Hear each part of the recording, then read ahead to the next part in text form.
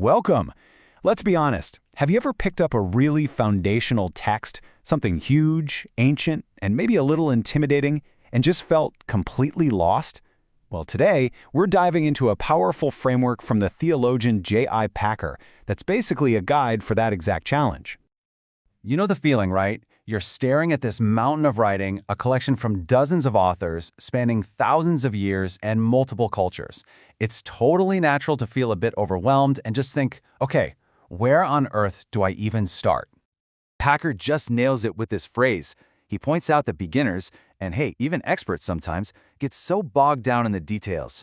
You're focusing so hard on one single verse, one story, one tree, that you completely miss the shape of the entire forest. You lose the bigger picture. But here's the good news. There is a method to the madness. Packer gives us this 4-part roadmap to find our way. First, we're going to see the text as one big unified whole. Then, we're going to bust a huge myth about what literal interpretation actually means. After that, we'll see how the text can interpret itself. And finally, we'll get into the role of what Packer calls the Spirit. Okay, so how do we start seeing that forest? Well, Packer's first principle is that you have to start by grasping the text as one unified thing. It all kicks off with this idea that everything is connected, even when the pieces look wildly different at first glance. I mean, think about it. The Bible isn't just one book. It's more like a library. It's got all these different styles of writing crammed together. You've got legal codes sitting right next to beautiful poetry and historical stories alongside these really strange visionary sections.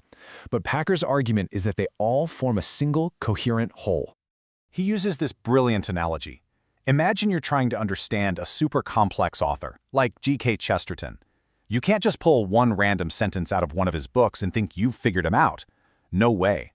First, you have to get a feel for the main ideas, the big themes of his entire body of work. Those big ideas are the key that unlocks the meaning of all the individual parts. So once we accept that we're dealing with a unified whole, we immediately hit our next challenge. How do we actually read it? And this brings us to Packer's second principle, where we have to tackle one of the most misunderstood, most loaded words in this whole conversation, the word literal. So here's the absolute crucial point. Literal interpretation isn't about being simplistic or ignoring context. It's the exact opposite.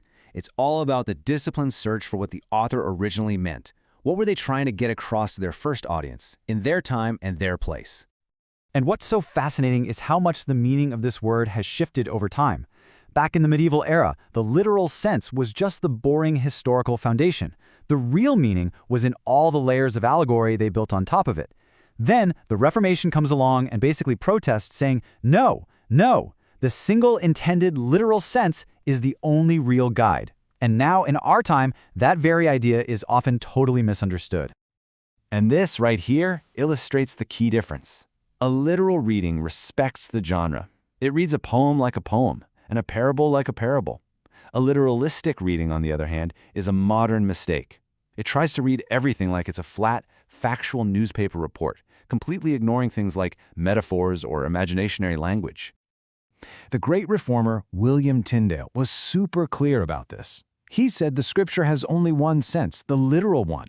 But, and this is a huge but, he included things like proverbs and allegories in that definition. His point was that what an allegory means, what it signifies, just is its one true literal meaning. Okay, so if we're on the hunt for that one literal sense, where do we look for clues? Packer's third principle gives us a really powerful tool. Let the text interpret itself. The idea is to use the Bible as its own best dictionary, its own best commentary. Packer's logic is that since all these different books, written by different people over centuries, are all wrestling with different parts of the same big story, you can use them to shed light on each other. One part can totally unlock the meaning of another. This principle even has a fancy name, the analogy of Scripture. But it's actually a really simple logical process. Say you hit a passage that's confusing or just seems obscure. The method is to go find other places in the text that talk about the same theme, but with a lot more clarity. You let the clear parts shine a light on the unclear parts. Packer gives a fantastic example of this in action, the New Testament's epistle to the Romans. He argues that this one book systematically connects all the major themes of the entire Bible, from sin and grace to the meaning of history. He says if you can just get a handle on Romans, it's like getting to a vantage point where the whole landscape of the Bible suddenly makes sense. But even with all these analytical tools, all these rules and methods, Packer argues there's still a piece of the puzzle missing. His final principle adds a totally different dimension to this whole process, something that goes way beyond just rules and scholarship. Packer's point is that just being smart isn't enough. He argues that to really grasp spiritual truths, you need a kind of spiritual receptivity. He uses biblical language to contrast the natural man, who looks at these ideas and sees foolishness, with the spiritual person, who is given the ability to actually discern their meaning, which, in his view, is a gift from the Holy Spirit.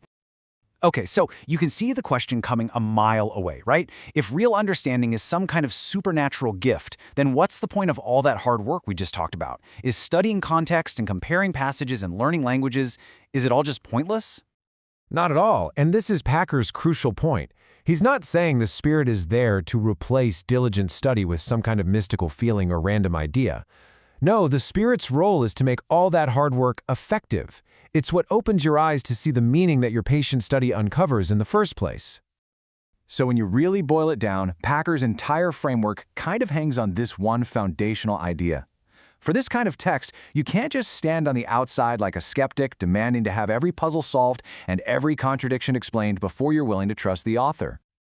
This idea is perfectly summed up by the ancient philosopher Augustine. He didn't say, understand everything perfectly and then you can believe. He flipped it completely. Believe in order that you may understand. For him and for Packer, faith is the starting line. It's the key that opens the door to deeper understanding, not the prize you get at the very end. And this leaves us with a final and pretty provocative thought that goes way beyond just this one text. When we approach any foundational work that shapes an entire worldview, whether that's the Bible, the Quran, or even something like the writings of Karl Marx, how do we navigate that really delicate relationship between our critical, analytical tools and that posture of personal belief? Where does one end and the other begin?